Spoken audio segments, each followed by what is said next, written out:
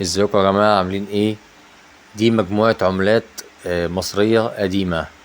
ده الجنيه الورقي، ده متاح حاليا لحد وقتنا هذا بنتعامل بيه.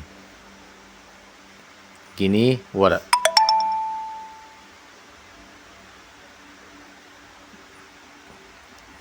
ده منظره منظر جميل طبعا. ده النص جنيه، 50 قرش.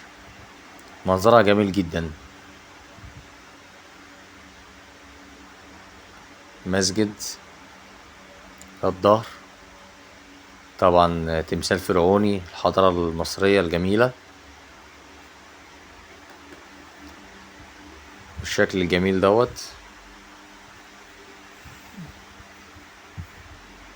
ده على ما اظن ما بقاش موجود دلوقتي النص جنيه الورق، يعني ما بقاش يظهر كتير في التداول يعني. ده ال25 قرش اللي هو الربع جنيه، ده ما بقاش موجود حاليا دلوقتي. منظره جميل جدا جدا. ده الظهر بتاعه، عليه المسجد.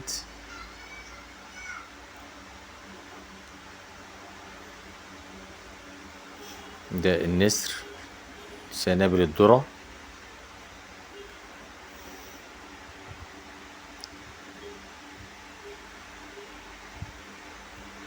منظره جميل جدا جدا بصراحة. دي ال10 جنيه القديمة، مبقتش موجودة حاليا دلوقتي برضو. طبعا الرسومات الفرعونية أساسي على العملة المصرية، حاجة بنعتز بيها طبعا.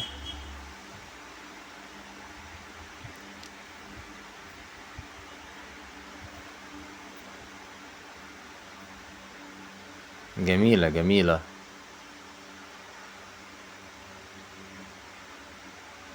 دي حاليا مش موجودة في التداول.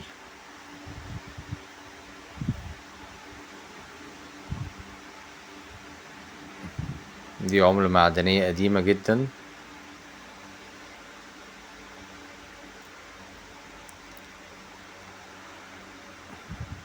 ال10 مليمات.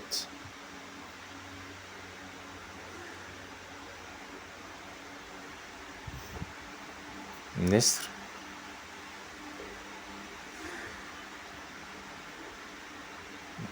ده 20 قرش عليه المسجد. 20 قرش اللي هو يقال عليه ريال. 20 قرش.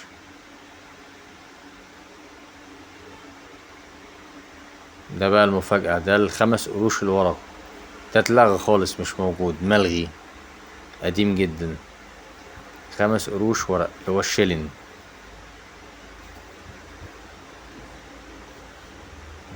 منظره جميل جدا، في ناس بتبحث عليه على فكرة كتير ده.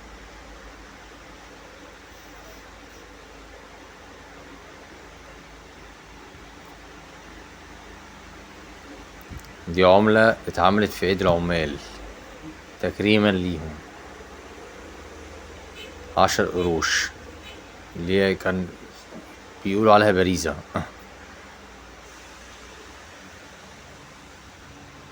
دي برضو 10 قروش، كان لونها أصفر نحاسي، وعليها القلعة، قلعة محمد علي، بالمنظر اللي انتوا شايفينه دوت. 10 قروش.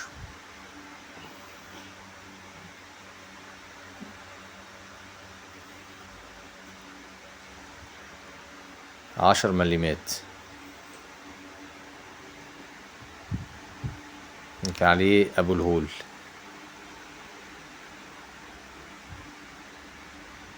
بالمنظر ده.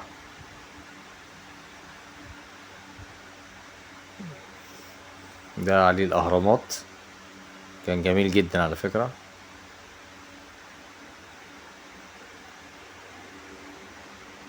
ده 1 قرش.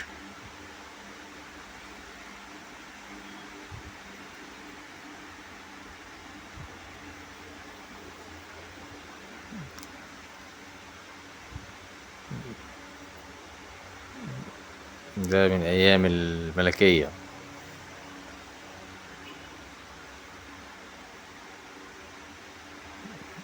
دي القلعة، 10 قروش.